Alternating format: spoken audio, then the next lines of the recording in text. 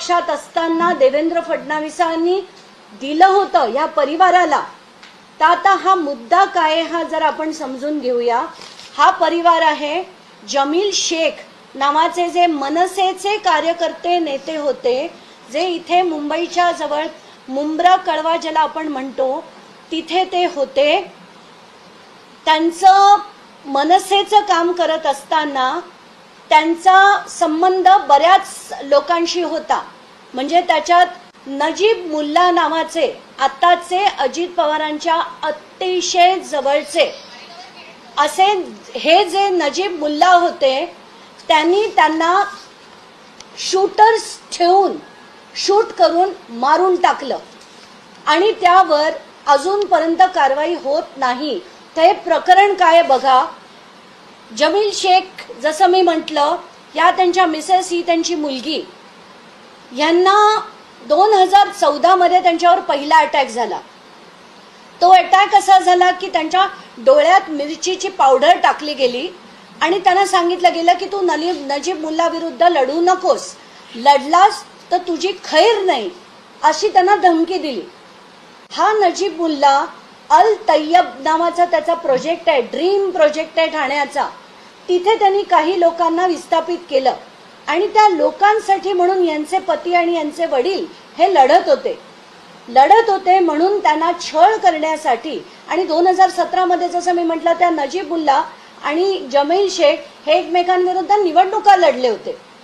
त्यानंतर 23 नोव्हेंबर 2020 ला ते मोटरसायकलवरनं जात असताना मागून दुसरी मोटरसायकल येते आणि त्यांना अगदी 150 मीटराच्या अंतरावर गोळी मारते आणि ती माणसं फरार होतात.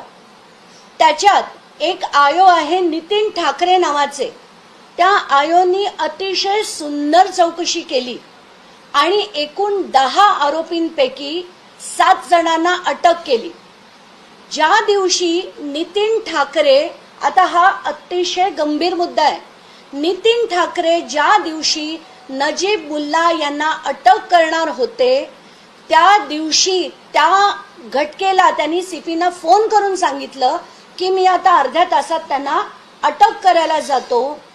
अर्ध्या तासात त्या आयोची बदली केली जाते आणि त्याच्या बदलीची ऑर्डर ही नजीब मुल्ला स्वतःच्या स्टेटसवर ठेवतो. ही ती ऑर्डर आहे. हे बरं, नजीब मुल्लाचं तुम्ही स्टेटस बघाल, ही ऑर्डर तो स्टेटसवर ठेवतो. म्हणजे तुम्ही आमच्या विरुद्ध चौकशी कराल तर तुमची आम्ही तडकाफडकी बदली करू. हा संदेश जर पोलिसांना जात असेल तर कुठला पोलीस ऑफिसर चौकशी करेल हो? म्हणजे पॉलिटिशियन आपण म्हणतो हे राजकारणी काहीही करू शकतात. आणि असं म्हटलं जात आहे की ही बदलीची ऑर्डर ही एकनाथ शिंदेमुळे झाली, असं या परिवारांचं म्हणणं आहे. म्हणजे नजीब मुल्ला अजित पवार गटाचा ठाण्यात प्रस्त सगळे मिळून चालवतात. त्याच्यात ही ऑर्डर जी आहे ती कृपा कोणाची झाली तर एकनाथ शिंदेची कृपा झाली आणि या माणसाची, त्या नितीन ठाकरे नावाच्या आयोची बदली झाली. अर्ध्या तासात तो तर नजीब मुल्लाला अटक करणार होता. आता आपण त्या प्रकरणाकडे बघू. 164 खाली 16 एकूण ज्याला आपण स्टेटमेंट्स म्हणतो ते 164 खाली 16 स्टेटमेंट्स झाली. त्याच्यापैकी ही सगळी मी स्टेटमेंट्स तुम्हाला दाखवते. हे 1, हे 2, हे 3 आणि हे 4. या सगळ्या स्टेटमेंटमध्ये नजीब मुल्लाचं सरळ नाव आहे की त्यांनी ओसामा नावाच्या व्यक्तीला सुपारी दिली. त्या ओसामानी गोरखपूरहून शूटर आणून यांच्या पतीचा आणि यांच्या वडिलांची हत्या केली. पॉलिटिशियन्स आहेत, राजकारणी आहेत त्याच्यात, म्हणून त्यांच्यावर आज तगायत कारवाई केली नाही.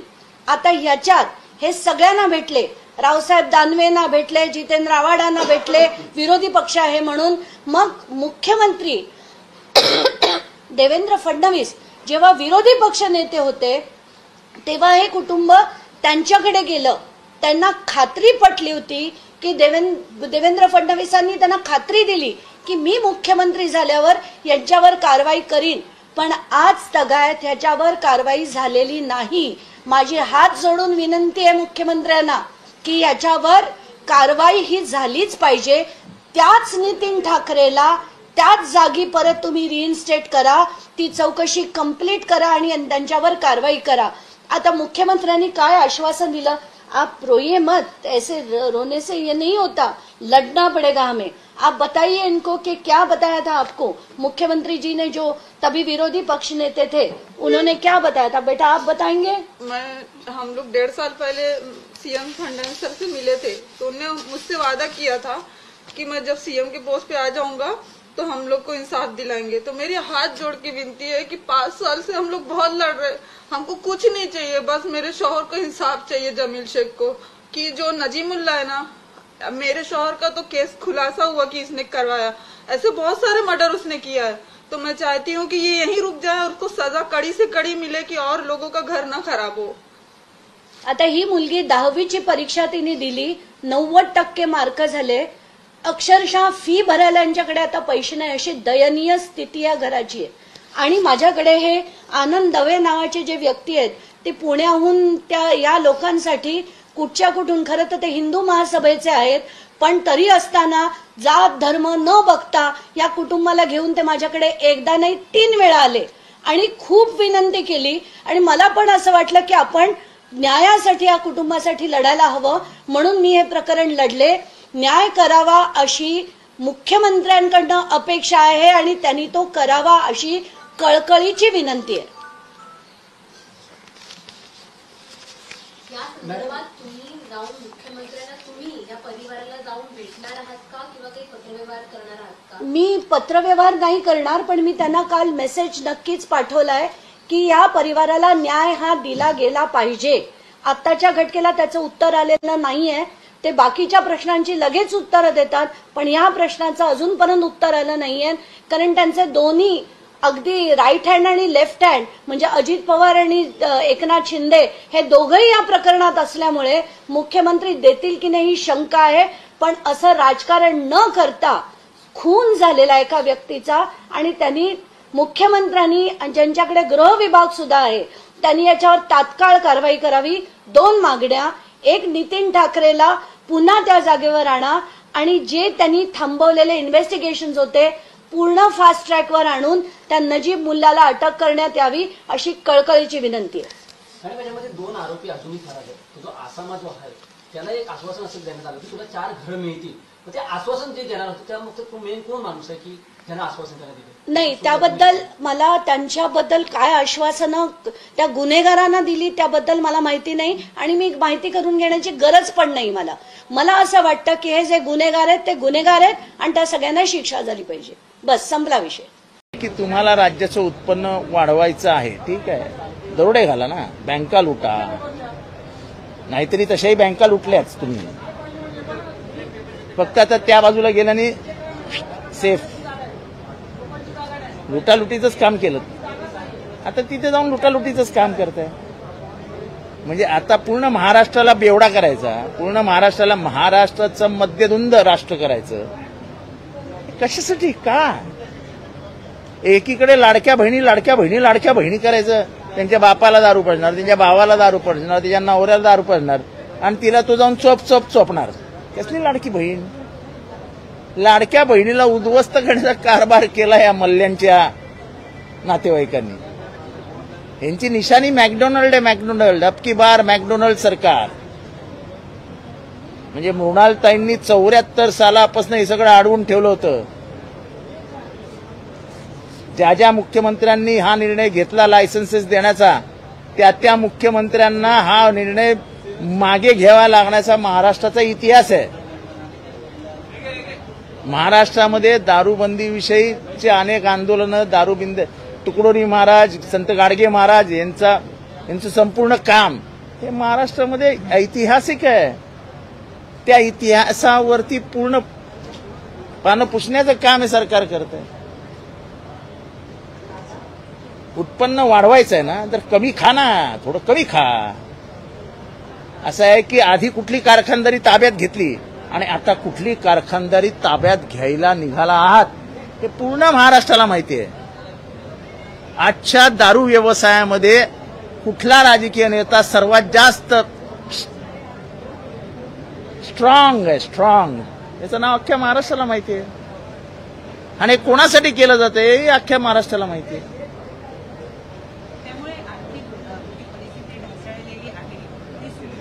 छे काही सुधारेल बिधारेल नाही. काय होणार आहे? फक्त काही निकटवर्तीयांचे खिसे भरले जातील एवढाच.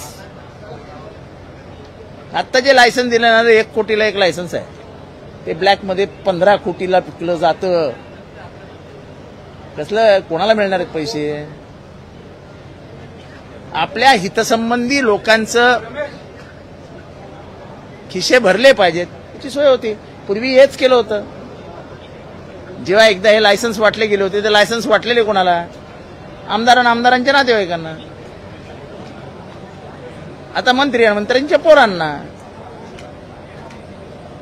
पोरं ऑलरेडी या धंद्यात आहेत. कारवाई का करू नये?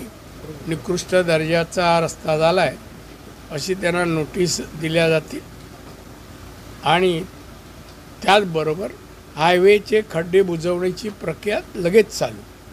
तर साहेब, नितीन गडकरी ज्यावेळेला सिंधुदुर्गामध्ये आले होते त्यावेळेला 200 वर्ष मुंबई गोवा महामार्ग टिकेल म्हणून सांगितलं होतं सिंधुदुर्गाचा. तर तो 200 वर्ष न टिकता त्याला मोठे आता खड्डे पड्डे पाहिले सिमेंट भेटलं. 200 वर्ष कोणी पाहिले? आता तुम्ही झाली तुम्हाला 200 वर्ष? नितीन गडकरी म्हणाले होते ज्यावेळेला भूमिपूजन. हा, मग त्या 200 वर्ष टिकतील ना, रस्ते टिकतील. तर त्याला आताच खड्डे पडले 200 वर्ष. खड्डे असे कुठे बोलले खड्डे पडणार नाही म्हणून? 200 वर्ष रस्ता टिकेल. पण गणपतीपूर्वी सर्व हे खड्डे बुजवले जाणार, कोणालाही त्रास होणार नाही. साहेब, एक राजकीय प्रश्न आहे. असलम शेख यांनी नितीश राणेंवरती टीका केली की नेपाळी दिसणाऱ्या लोकांना मंत्रिमंडळामध्ये मंत्री केलं. मला असल्या प्रश्नाला उत्तर द्यायचं कळलं ना. आम्ही 96 कोळी मराठी आहेत आणि ते आम्ही त्याला दाखवून देऊ, असलम शेखला. कळलं ना. त्यामुळे असला प्रश्न तुम्ही विचारू नका. जिल्ह्याबद्दल विचारा. पाऊस आहे,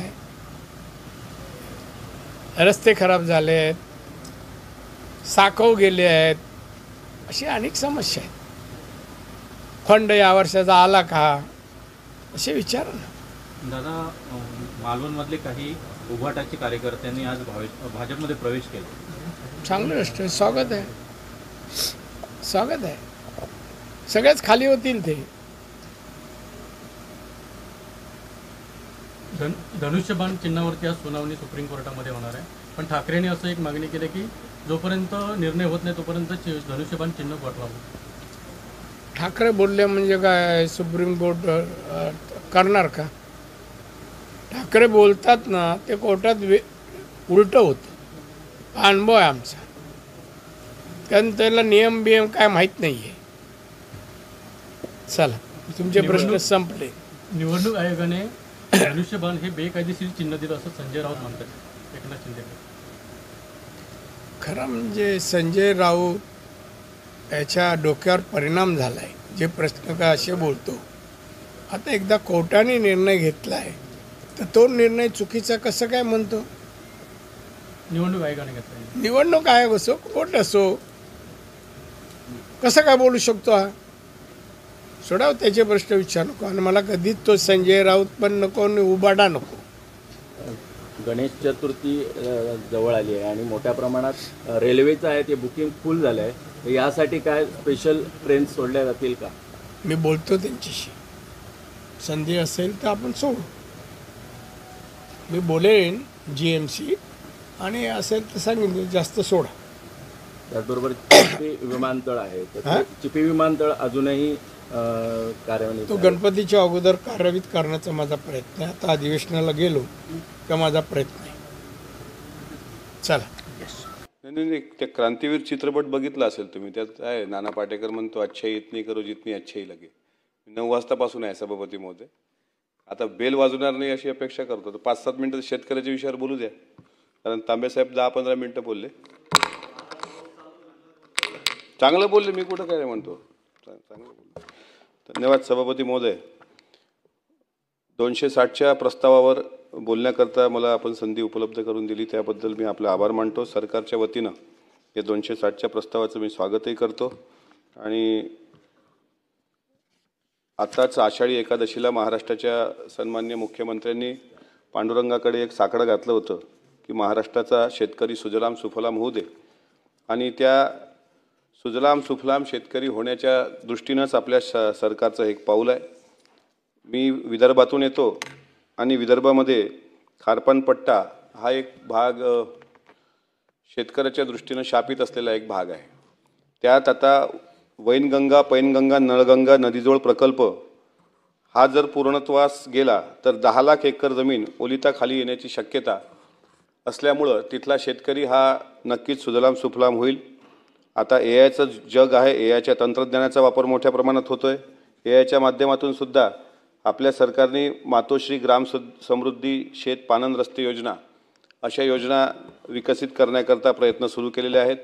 मात्र ग्रामीण भागातली सभापती महोदय परिस्थिती पाहिली तर पाणंद रस्ते हे सर्वात मोठी अडचण ग्रामीण भागातली आहे. इथं सभागृहामधले सुद्धा अनेक सदस्य हे ग्रामीण भागाशीच नाळ जुळून आहेत.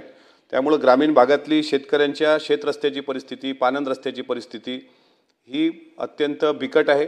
मी माननीय महसूल मंत्री चंद्रशेखर बावनकुळे साहेबांचं खरोखर अभिनंदन करेल की त्यांच्या माध्यमातून आता महसूल च्या अंतर्गत जी काही नवीन त्यांनी नियमावली आणलेली आहे त्यांच्या डिपार्टमेंट अंतर्गत, त्यामध्ये शेतकऱ्याच्या बांधाची भांडणं हा परवाच्या दिवशी एक प्रश्न या ठिकाणी उपस्थित झाला होता. त्यात शेतकऱ्याला न्याय भेटल्यानंतर सुद्धा दुसरा संबंधित शेतकरी त्याला अडवतो, त्याच्यावर हल्ले होतात आणि त्यामध्ये पोलीस प्रशासनाचा सहभाग नसतो आणि त्याला जर प्रोटेक्शन भेटतं तर तो शेतकरी त्याची शेती करू शकतो. पण त्यातही ज्या काही किचकट अटी होत्या त्यासुद्धा माननीय महसूल मंत्र्यांनी हटवल्या. तहसीलदारांच्या माध्यमातून पोलिसांसोबत त्या शेतकऱ्याच्या संरक्षणाबाबतीत सुद्धा सरकारने पाऊल उचलले. छोट्या किंवा अल्पभूधारक शेतकऱ्यांसाठी फार आशादायी ह्या गोष्टी आहेत. इथे माननीय पाणीपुरवठा मंत्री राज्याचे गुलाबराव पाटील साहेब बसलेले आहेत. एक आहे की हर घर नल किंवा जलजीवन मिशनची जी काही कामं गुलाबराव पाटील साहेब सुरू आहेत त्यामध्ये अंतर्गत गावातले रस्ते मोठ्या प्रमाणात खोदल्या गेलेले आहेत. पण आता पावसाळा तोंडावर आहे, रस्ते खोदल्या गेलेत, मात्र रस्त्याच्या डागडुज्या मोठ्या प्रमाणात ग्रामीण भागामध्ये त्या अवस्था दिसतात. त्याच्यामुळं शेतामध्ये शेतमाल नेणे असेल, आता बियाणं आणण्याचा किंवा खतं बियाणं नेण्याचा जो काही काळ सुरू आहे खरीपाचा काळ, त्यामध्ये गावात सुद्धा मोठ्या प्रमाणात शेतकऱ्यांच्या दुरावस्था होत आहेत. त्यामुळे ज्या ज्या भागात विशेषतः आमच्या अकोला जिल्ह्यामधले जे काही अंतर्गत रस्ते गावातली खोदल्या गेलेली आहेत जलजीवन मिशनच्या कामाकरता त्याकडे आपण लक्ष देणं महत्त्वाचं आहे. आपल्या या 260च्या प्रस्तावामध्ये जलयुक्त शिवार योजना, आज आता जलक्रांतीचे जनक स्वर्गीय शंकरराव चव्हाण साहेबांची जयंती आहे, ज्यांनी जलक्रांती या महाराष्ट्रात घडवली होती. तर जलयुक्त शिवार योजना ही निश्चितच शेतकऱ्यांना लाभदायक ठरलेली आहे. विदर्भातल्या नदीजोड प्रकल्प हा सुद्धा विदर्भाच्या शेतकऱ्यांकरता एक आशादायी किरण आहे. पाणंद रस्ते असतील, शेतमोजणी असेल, शेतमोजणीच्या संदर्भात सभापती महोदय काय होतं की एखाद्या वेळेस आपण शेतमोजणीत आपल्याला दिसतं की शेजारचा शेतकरी जो काय 2 तास 3 तास आपल्या शेतात आलेले असतात, आपल्याला शंका येते, आपण शेतमोजणी करता नजूलकडे अर्ज करतो, पण त्या नजूलच्या अधिकाऱ्यांना अति तात्काळ जरी मोजणी केली तर त्याला किती प्रलंब लागतो, किती विलंब लागतो आणि त्याच्यामुळं पेरणीचा वेळ निघून जातो. या शेतमोजणीत सुद्धा आमूलाग्र बदल करणं मला असं वाटतं नजूल डिपार्टमेंटच्या अधिकाऱ्यांना सुद्धा यामध्ये सतर्क राहणं खूप महत्त्वाचं आहे. आपलं सरकार चांगलं काम करते आहे, मात्र 260च्या प्रस्तावात एक शब्द खूप प्रामुख्यानं मला अधोरेखित करावा वाटतो की कृषी विभागाच्या अधिकाऱ्यांनी अधिक सतर्क होण्याची आवश्यकता. याचा अर्थ असा आहे की शेतकऱ्यांच्यावर ज्या ज्या वेळेस संकट येतात ना त्या वेळेस सरकारची भावना चांगली असते, सरकारची भूमिका चांगली असते, मात्र अधिकारी तो कुठलाही असू द्या. आता प्रदूषण नियंत्रण मंडळाचा एक विषय दरेकर साहेबांनी सभागृहामध्ये मांडला. ही गोष्ट खरी आहे की नदीमध्ये होणारं प्रदूषण, त्या प्रदूषणावर नियंत्रण ठेवण्याचं काम प्रदूषण नियंत्रण मंडळाचं असतं. पण प्रवीणदादा, अनेक शहरामध्ये असे प्रदूषण नियंत्रण मंडळ आहेत जी फक्त शोभेची वास्तू बनून राहिलेली आहेत. त्या मस्टरवर तुम्ही गेलात, अनेक अधिकारी तुम्हाला फक्त त्याचा पगार घेताना दिसतात पण प्रत्यक्षात काम करताना कुठं दिसत नाही. अशा अनेक ठिकाणच्या घटना आहेत. त्यामुळे हे अधिकारी तितकेच दोषी असतात. जलप्रदूषणाच्या संदर्भात, नद्या प्रदूषणाच्या संदर्भात यांच्यावर सुद्धा लक्ष ठेवणं, सतर्क राहणं हे मला असं वाटते सरकार म्हणून सरकारची जबाबदारी आपण पार पाडत असताना लक्ष देणं महत्त्वाचं आहे. आता फार्मर आयडी एक कन्सेप्ट आपल्या सरकारने आणली, त्यामध्ये शेतकऱ्याची आयडी, त्याची नोंद आणि शेतकऱ्याला सरकारी योजनेचा लाभ, ही योजना सुद्धा शेतकऱ्यांकरता खूप आशादायी ठरणार आहे. मुख्यमंत्री सौर कृषी योजना या योजनेच्या माध्यमातून अनेक शेतकऱ्यांना वीज बिलाच्या जाचातून मुक्त करण्याकरता या सरकारचं एक धाडसी पाऊल आहे.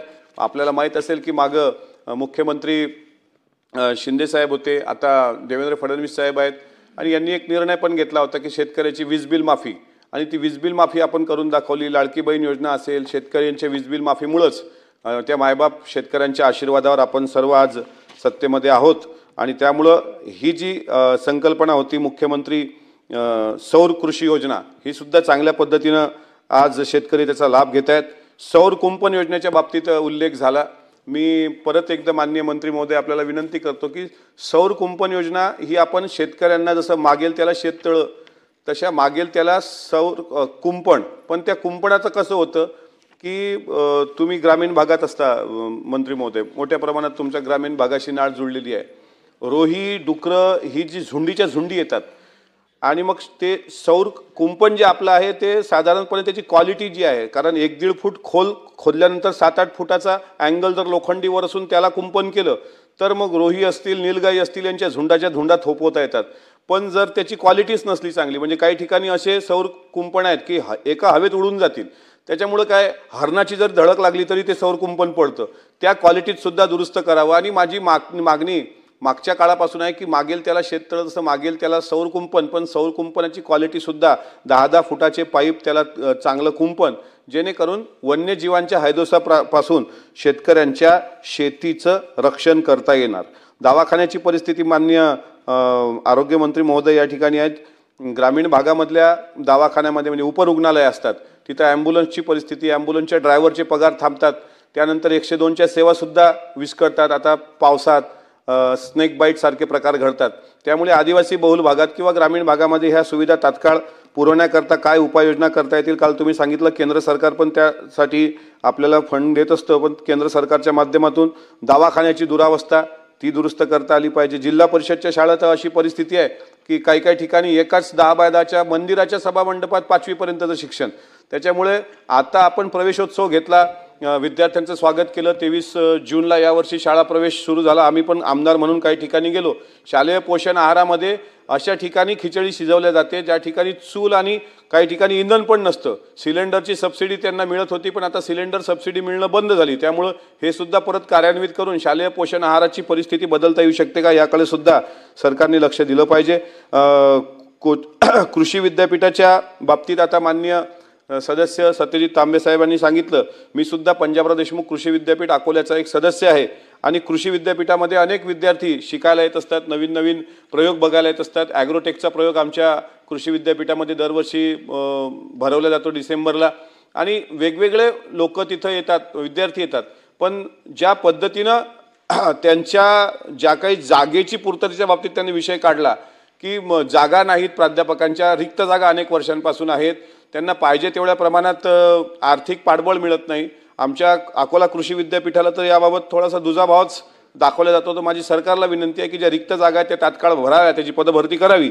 आणि आता जे नवीन संशोधन करायला विद्यार्थी येतात त्यांना सुद्धा या माध्यमातून कृषी विद्यापीठात काही शिकता आलं पाहिजे, त्याकरता आपण सहकार्य या कृषी विद्यापीठातून झालं पाहिजे.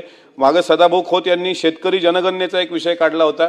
या वाक्याचं मी समर्थन करतो की शेतकऱ्याची जनगणना झाल्याशिवाय, कारण शेतकरी या देशात मध्यमवर्गीय शेतकरी, अल्पभूधारक शेतकरी आणि शेती असून फक्त कागदावरचा शेतकरी, म्हणजे शेती असणे आणि शेती कसणे हे दोन वेगळे वेगळे प्रकार आहेत. सभापती महोदय, काही लोक आपल्या भाषणात सांगत असतात भारत हा कृषीप्रधान देश आहे. भारत जर खरंच कृषीप्रधान देश असता तर या देशातली सर्वात मोठी बिल्डिंग ही शेतकऱ्याची असती. दुर्दैवानं ती अदानी अंबानीच्या त्या बिल्डिंग आहेत. त्याच्यामुळे कृषीप्रधान देश आहे असं म्हणणं, मला असं वाटतं यातच एकदा संशोधन केलं पाहिजे की शेतकऱ्याच्या जीवनात आमूलाग्र बदल आणण्याकरता आपण काय करतो. जसं काल मी स्वतः त्या मीटिंगला होतो सेल्फ डेव्हलपमेंटच्या, म्हणजे गृहनिर्माण स्वयं प्रकल्पाच्या. प्रवीण दरेकर साहेबांनी एका महिन्यामध्ये जो अहवाल सादर केला तो छोटं बुकलेट तर मी पण वाचलं, पण एखाद्या मुख्यमंत्र्यांनी, उपमुख्यमंत्र्यांनी अशा प्रकारे त्या प्रकल्पाचं स्वागत करणं आणि सर्वसामान्य माणूस आणि जो घेणारा आहे किंवा त्यामध्ये बिल्डर म्हणजे दलालच बंद, थेट संपर्क अशी जी काही योजना आणली, अशा योजना म्हणजे दरेकर साहेबांनी त्या बाबतीत घेतलेली भूमिका असेल तशीच भूमिका या शेतकऱ्यांच्या संदर्भात आपण जर घेतली तर मला असं वाटते मोठा आमूलाग्र बदल कृषी जीवनात सुद्धा होऊ शकतो. हे बरंच काही शिकण्यासारखं आहे. याच्यामध्ये अधिक वेळ आपला न घेता मला काही